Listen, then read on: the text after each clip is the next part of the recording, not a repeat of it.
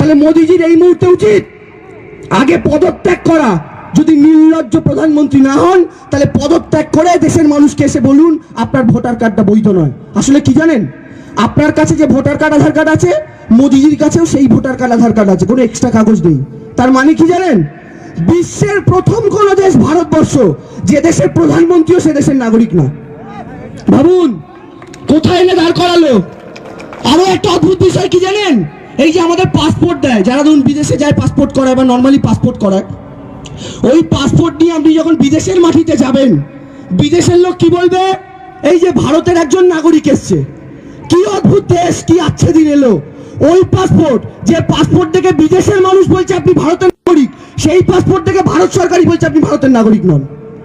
ভাবুন কি দেশ এলো, কোন জায়গায় নিয়ে এলো আমাদের দেশকে। অর্থাৎ ভারত সরকারের ইস্যু করা পাসপোর্ট, ভারত সরকার আপনাকে নাগরিক বলছে না, কিন্তু বিদেশ আপনাকে নাগরিক বলছে। তার মানে কি, তার মানে আপনি আমি এই মুহূর্তে কোন দেশের নাগরিক আমরা জানি না।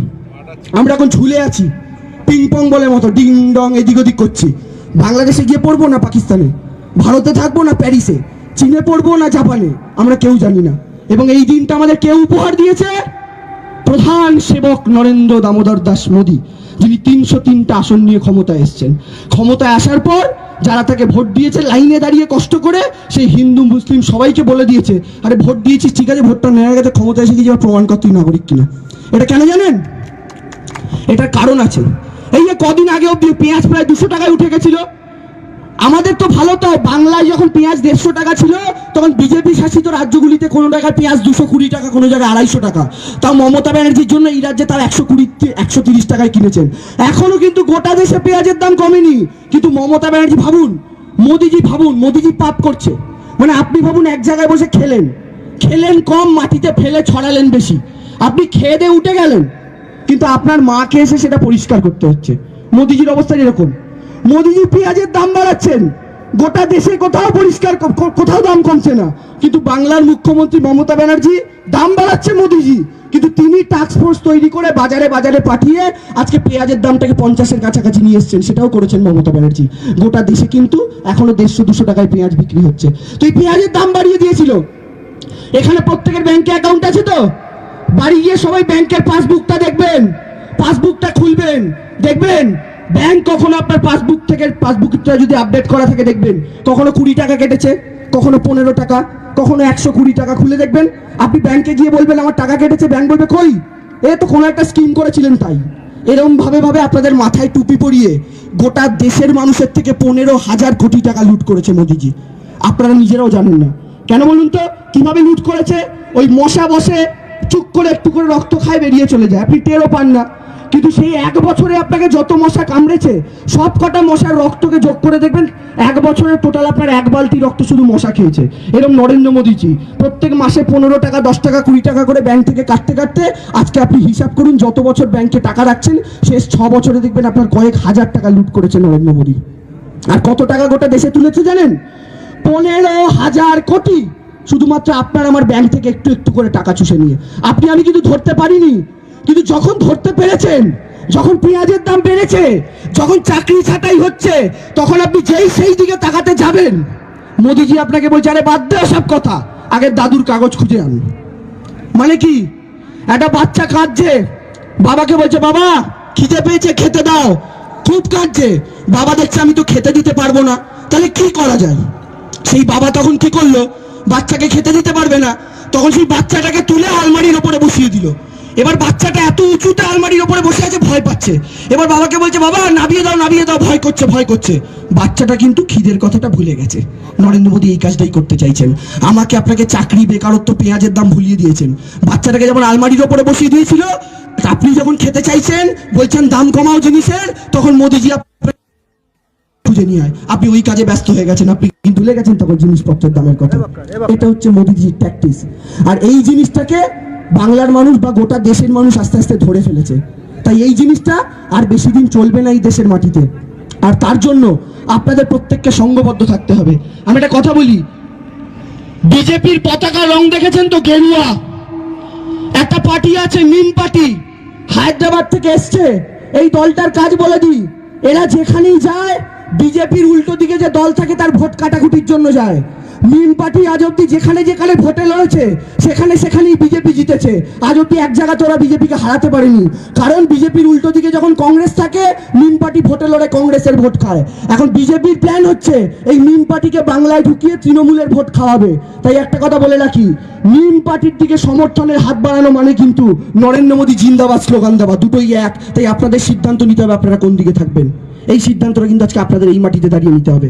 আর এই বিজেপির পতাকা গেরুয়া, এই মিম পার্টির পতাকা সবুজ, কিন্তু তৃণমূলের পতাকা দেখুন গেরুয়া, সবুজ আর সাদা। এই মাঝখানের সাদাটা হচ্ছেন মমতা ব্যানার্জি, যেটা হিন্দুকে এক হাতে ধরে রেখেছেন, মুসলমানকে এক হাতে ধরে রেখেছেন। তাই আপনাদের সিদ্ধান্ত নিতে হবে আপনারা কোন পতাকার তলায় থেকে কাজ করবেন, কার নেত্রীর পাশে থেকে কাজ করবেন। এই সিপিএম, মিম, কংগ্রেস, এই তিনটেই হচ্ছে বিজেপির সবচাইতে বড় দালাল। এদের পাতা ফাঁদে পা দেওয়া মানে হচ্ছে বিজেপির ফাঁদে পা দেওয়া। তাই এদিকে পা দেবেন না। এই বিজেপি আমাদের, আমি বলতে চাই আপনাদের প্রত্যেকের মনে আছে নরেন্দ্র মোদী কদিন আগে কি বলেছিলেন? এই তো যারা ভাঙচুর করছে তাদের কাপড় দেখে আমি চিনতে পারি। মনে আছে আপনাদের? দিলীপ ঘোষেরা কি বলছিলেন? লুঙ্গি বাহিনী, মানে আপনারা যারা লুঙ্গি পরেন তারা সবাই অনুপ্রবেশকারী। আমি দিলীপ বাবুকে বলতে চাই, আমি দেবাংশু ভট্টাচার্য, আমার দাদুর নাম ছিল পবন ভট্টাচার্য, এলাকার বিখ্যাত কালী পুজোর পুরোহিত। সেই আমার ঠাকুরদা আর আমার বাবা, তারা দুজনেই, আমার 4 কাকা, তারা 6 জনেই আজও বাড়িতে সারাদিন লুঙ্গি পরে থাকে। আমার বাবা মা অনুপ্রবেশকারী। আর যদি লুঙ্গি পরা মানে অনুপ্রবেশ হয়, তাহলে আপনাদের একটা জিনিস দেখাই, তাহলে ভারতবর্ষের সবচেয়ে শক্তিশালী অনুপ্রবেশকারীর নাম কি জানেন? এই দেখুন, ভারতের সবচেয়ে শক্তিশালী অনুপ্রবেশকারীর নাম হচ্ছে নরেন্দ্র দামোদর দাস মোদী, কারণ ইনি নিজেও লুঙ্গি পরে আছেন, এই ছবিতে দেখতে পাচ্ছেন। তার মানে লুঙ্গি পরলেই যদি অনুপ্রবেশকারী হয়, তাই এই গুজরাটি ভাইকে আগে পাকিস্তানে পাঠাও। পাঠাতে পারবে না।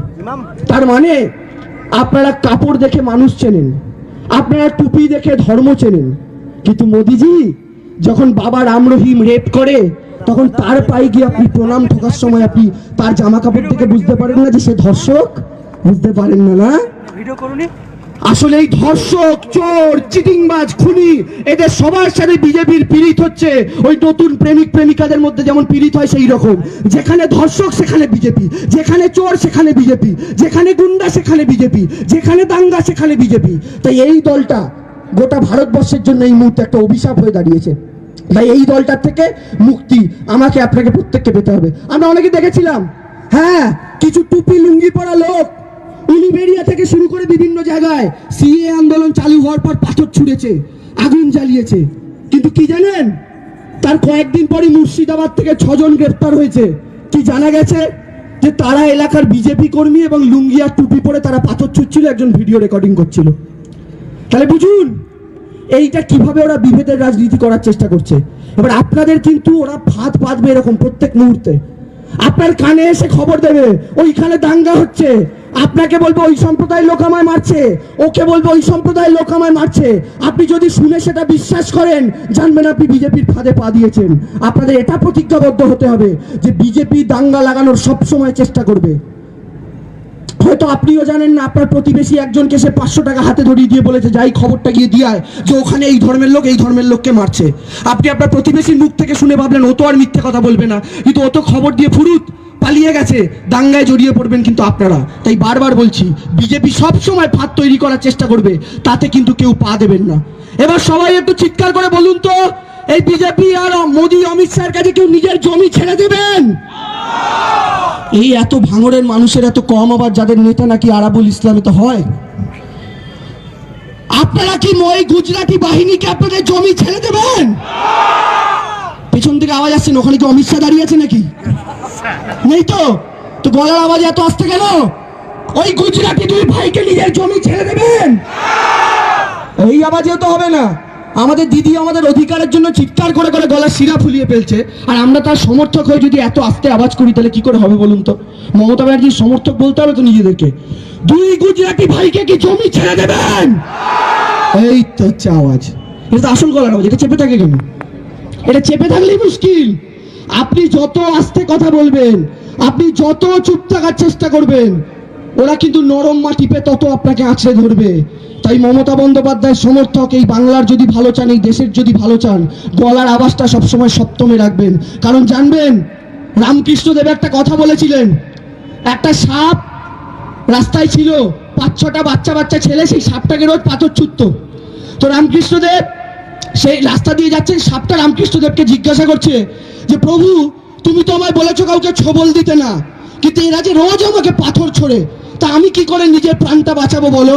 তখন রামকৃষ্ণদেব সেই সাপটাকে বলেছিল, তোকে আমি কাউকে ছবল দিতে না বলেছি, কিন্তু তোকে তো ফোঁস করতে না বলিনি, আপনাদেরও কেউ ফোঁস করতে না বলিনি। ফোঁসটা করুন, ফোঁসটা জোরেই করুন, এবং সেই ফোঁসের আওয়াজে দেখবেন দুই গুজরাটি ভাই বাক্স প্যাটরা গুছিয়ে আবার গুজরাটে চলে গেছে, বাংলার দিকে ফিরে পর্যন্ত তাকাচ্ছে না, তাকানোর সাহস করছে না। তো এই লড়াইটা আপনার লড়াই, এই লড়াইতে নেতৃত্ব দিচ্ছেন মমতা বন্দ্যোপাধ্যায়। জমিটা আপনার পায়ের তলার, স্বাধীনতার রক্ত আমার আপনার পূর্বপুরুষ দিয়েছে, ওই গুজরাটের কেউ দেয়নি। এই প্রধানমন্ত্রী দেশের প্রধানমন্ত্রী না, এই প্রধানমন্ত্রী গুজরাটের প্রধানমন্ত্রী। ক্ষমতায় আসার পর বুলেট ট্রেন আনবে কোথায় বললো? আহমেদাবাদ। বিজেপির সভাপতি ছিল রাজনাথ সিং, তাকে ছড়িয়ে দিয়ে কাকে সভাপতি করলো? অমিত শাহ। সে কে? গুজরাটি। দ্বিতীয়বার ক্ষমতা এলো, দেশের স্বরাষ্ট্রমন্ত্রী ছিল রাজনাথ সিং, তাকে সরিয়ে দিল, কাকে স্বরাষ্ট্রমন্ত্রী করলো? অমিত শাহ। সে কে? গুজরাটি। বিশ্বের সবচেয়ে উঁচু মূর্তি কার তৈরি হলো? সর্দার বল্লভভাই প্যাটেলের। সে কে? একজন গুজরাটি। মূর্তিটা কোথায় তৈরি হলো? গুজরাটে। আর কদিন আগে জয়েন্ট এন্ট্রান্স পরীক্ষার সময় হিন্দি আর ইংরাজি দুটো ভাষায় পরীক্ষা হতো, হঠাৎ মোদিজি নিজে যেহেতু গুজরাটের, তাই বললেন আরেকটা ভাষায় পরীক্ষা হবে, গুজরাটি। যেই মমতা ব্যানার্জি এখান থেকে গর্জন করলেন, অমনি সুরসুর করে ঘোষণা করলো, না না বাংলাতেও হবে, বাংলাতেও হবে। তার মানে কি? ওরা সব গুজরাটের জন্য করতে চাইছে। ওরা গুজরাট এবং গুজরাট নিয়ে রাজনীতি করছে, বাকি দেশের মানুষের কোনো মূল্য নেই। তাই এই ভারতবর্ষের মাটিতে থেকে আপনার মূল্য কতটা, এটা আপনাকে বোঝাতে হবে। তাই বিজেপি নেতারা ভোট চাইতে এলে তাদের কি করবেন? একটা করে পেঁয়াজ হাতে ধরিয়ে দিয়ে বলবেন, নে বেটা, তোরা তো আমাদের খাওয়াতে পারিস না, আমরা তোদের দিলাম। এটা হচ্ছে ওদের সবচেয়ে বড় শিক্ষা। ওরা ভোট চাইতে এলে মুখের ওপর দরজা বন্ধ করে দেবেন, এটা ওদের সবচাইতে বড় শিক্ষা। ওরা যে চায়ের দোকানে বসে চায় পে চর্চা করতে, এখানে এসেছিলেন দিলীপ ঘোষ, শুনেছি চায় পে চর্চা। ভাবুন, চায় পে চর্চা কথাটাও হিন্দি, বাংলা এসে ভোট প্রচার করছে, আর এখানেও হিন্দি কথা ব্যবহার করছে, অথচ 10 কোটি বাঙালি। কেন বাংলা শব্দ নেই?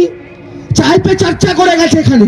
আর শুনলাম যে দোকানে বসে চায় পে চর্চা করেছিল, ওই দোকানদার নাকি পরের দিন তার হাড়ি বাসন সব মেজেছে, দিলীপ ঘোষ এসে খেয়ে গেছে বলে। তো এইটা হচ্ছে এদের অবস্থা বর্তমানে দাঁড়িয়ে। তাই আপনাদের সিদ্ধান্ত নিতে হবে। আরো একবার বলছি, আপনারা মমতা বন্দ্যোপাধ্যায়ের হাত শক্ত করুন। আর সিএ এনআরসি নিয়ে আরো একবার বলতে চাই, আপনাদের চিন্তার কোনো কারণ নেই, আপনারা কেউ ভয় পাবেন না। মমতা বন্দ্যোপাধ্যায় থাকতে আপনাদের কোনো ক্ষতি হবে না। কিন্তু তার আগে আমি শেষ করবো একটা স্লোগান দিয়ে, এবং সেই স্লোগানটা সিএ এনআরসির বিরুদ্ধে। যে গলার জোর করেছিলেন, সেই গলার জোরই আপনাদের সাপোর্ট দিতে হবে। কিন্তু তার আগে একটা কথা আপনাদের প্রত্যেককে বলতে চাই, যে আপনাদের একটা জিনিস মাথায় থাকবে, যে 18টা আসন যখন তারা পেয়েছিল, এই 18টা আসন পাওয়ার পর তারা সারা ভারতবর্ষ জুড়ে লাফিয়ে লাফিয়ে বেড়াচ্ছিল, বাংলা জুড়ে লাফিয়ে লাফিয়ে বেড়াচ্ছিল। আপনাদের মনে আছে, আমাদের মমতা বন্দ্যোপাধ্যায় গাড়ি নিয়ে যাচ্ছেন, বিজেপির কয়েকটা লোক তাকে থেকে বলেছিল জয় শ্রীরাম, আমাদের দিদি গাড়ি থেকে নেমে পড়েছিল, মনে আছে তো সবার? এখন বিজেপি ভেবেছে মমতা ব্যানার্জি গাড়ি করে যাচ্ছে, তাকে দেখে জয় শ্রীরাম বললাম, তৃণমূল কর্মীরা বোধহয় খুব অপদস্থ হয়ে গেল, রাস্তাঘাটে এবার তাদের বলা যাবে, এই দেখ তোদের নেত্রীকে দেখে জয় শ্রীরাম বলেছি। কিন্তু ওরা মূর্খ। আমি তো সবসময় বলি, শিক্ষা, দীক্ষা, মানবিকতা, বোধ, বুদ্ধি, 5টা জিনিস থাকলে কেউ বিজেপি হতে পারে না। কেন? এরপরে তারা তো দিদিকে দেখে জয় শ্রীরাম বললো, ওরা ভাবলো তৃণমূল কর্মীরা মাথা নিচু করবে। এটা আরো গর্বে বুক ফোলানোর সময়। কেন জানেন? যারা হিন্দুরা আছেন তারা আরো ভালো করে শুনুন। আমার নেত্রী গাড়ি করে যাচ্ছে, বিজেপির কর্মীরা তাকে দেখে বলছে জয় শ্রীরাম, তার মানে কি? আমার নেত্রীর মধ্যে ওরা রামচন্দ্রকে দেখতে পাচ্ছে। এর থেকে বড় গর্বের আর কি হতে পারে বলুন তো? এর থেকে বড় গর্বের আর কি হয়? এই জন্য বলি যে বিজেপি কি করে ওরা নিজেরাও জানে না। এই দিলীপ ঘোষ কদিন আগে বলেছে বাঙালি মানেই নাকি, বাংলা নাকি দেশদ্রোহীদের ঘর। কি বুঝবে ওরা? যখন আমি তো মনে করি না দিলীপ ঘোষের কোনো পূর্বপুরুষও কোনোদিন স্বাধীনতা সংগ্রামে অংশগ্রহণ করেছিল। বলে বাংলা নাকি দেশদ্রোহীদের ঘর। আমি বলি দিলীপ বাবু, বাংলা যদি সত্যি সত্যি দেশদ্রোহীদের গড় হতো, তাহলে আপনাকে আজকে খুঁজে পাওয়া যেত না, বিশ্বাস করুন, খুঁজে পাওয়া যেত না। এই বাংলা দেশদ্রোহীদের গড়, অথচ এই বাংলা এই দেশকে স্বাধীন করলো। দিলীপ ঘোষ বলছে বলুন তো, দেখছে বড় দেশদ্রোহী আর কে হতে পারে? আজকে পাকিস্তান রোজ চায় ভারতের ক্ষতি করব, কিন্তু আমাদের সেনাবাহিনী আছে বলে তাদের ক্ষতি, ভারতের ক্ষতি পাকিস্তান করতে পারে না।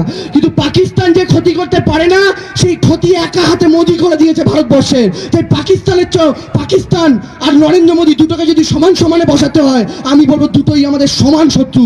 নরেন্দ্র মোদী যে ক্ষতি করছে, সে ক্ষতি করার কথা পাকিস্তান কোনোদিন ভাবেও পর্যন্ত নেই।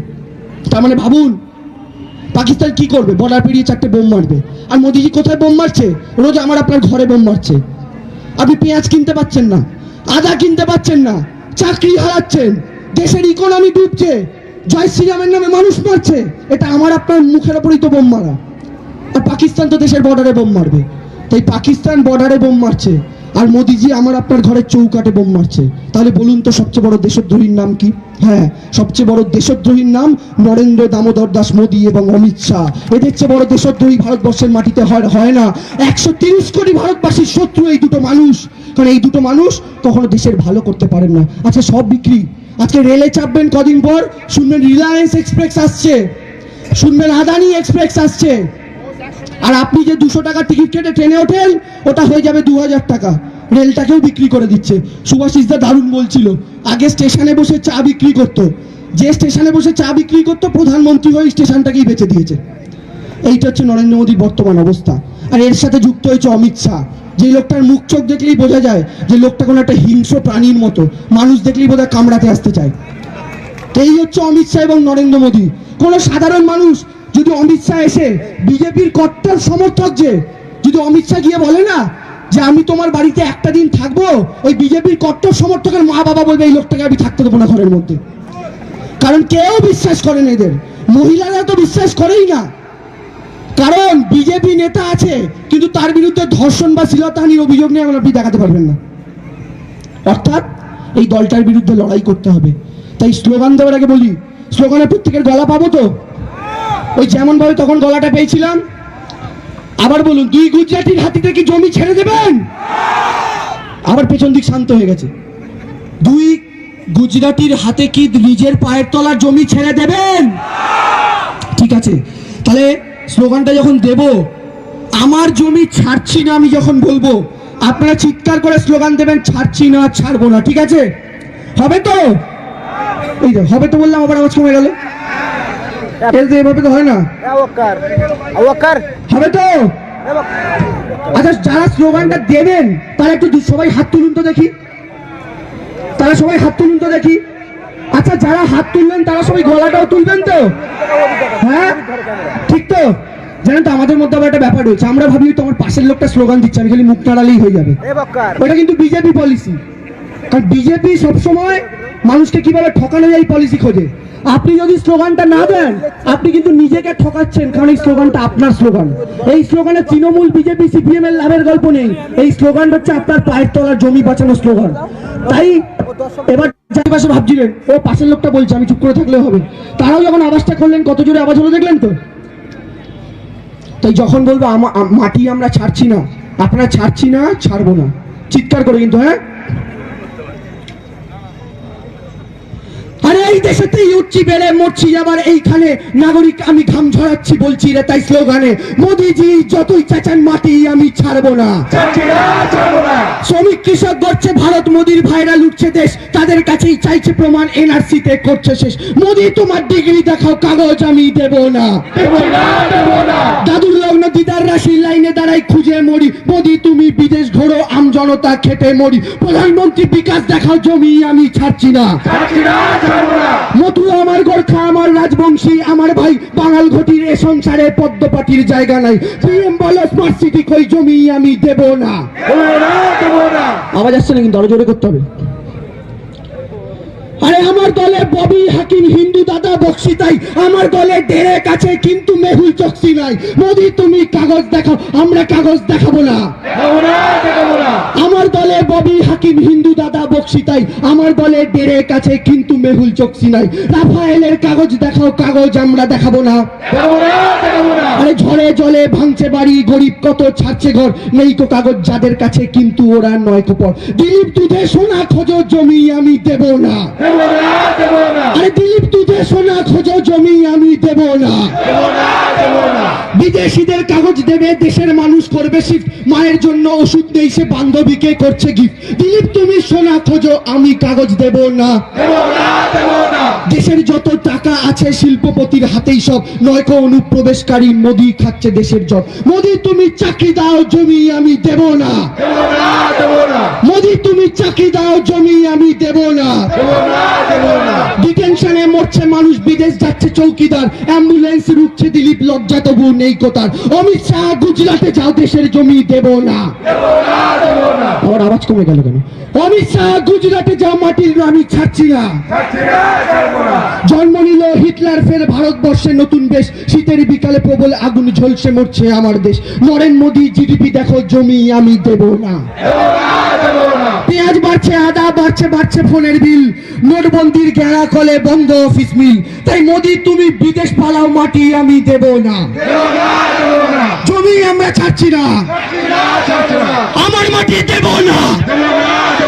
দুয়া তুলে আমার মাটি দেব না, আমার মাটি দেব না, আমার মাটি দেব না। জমির দখল দিচ্ছি না, জমির দখল দিচ্ছি না। আচ্ছা কাকিমা জেঠিমারা দেখছি হাত পা নামিয়ে বসে আছেন, আপনাদের কিন্তু ওই হাতে বটি ধরতে হবে। হ্যাঁ, যে বটিতে ধার নেই, কারণ দেখাতে হবে, শুধু মারার দরকার নেই। তাই দু হাত তুলে, আরে জমির দখল দেব না, আরে মাটির দখল দেব না, আরে জমির দখল দিচ্ছি না, আরে মাটির দখল দেব না। মোদি হটাও, মোদি হটাও, মোদি হটাও। মমতা ব্যানার্জি, এই আওয়াজটা কিন্তু নাভি থেকে বুকে উঠবে, বুক থেকে মুখে আসবে। মমতা ব্যানার্জি, মমতা ব্যানার্জি। স্লোগানটা দেওয়ার আগে বলি, স্লোগানটা যখন শুরু করেছিলাম আমার ঠাকুমা বলতো মানুষের তিনটে কারণে চুল পড়ে। এক, কারোর বয়স বাড়লে, যেটা আমাদের দাদু ঠাকুমাদের হয়। আরেক হচ্ছে পেট গরম হলে।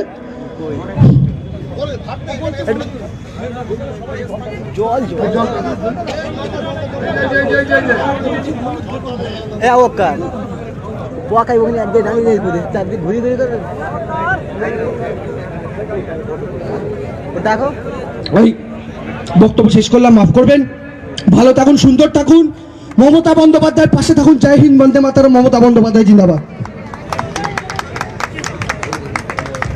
কেউ উঠবেন না। আমাদের শেষ বক্তা শক্তিদা খুব সংক্ষিপ্ত সারি বলবে। অত্যন্ত আমাদের যারা স্থানীয় কাছাকাছি আছেন কেউ উঠবেন না। আমরা কিছুক্ষণের মধ্যে সবার বক্তব্য রাখছেন ট্রেড ইউনিয়ন সভাপতি শক্তি মন্ডল। মাফ করবেন, আমি প্রথমেই আপনাদের কাছে ধন্যবাদ জানাবো যে আজকে একটা এত বড় সভা ভাঙনের এই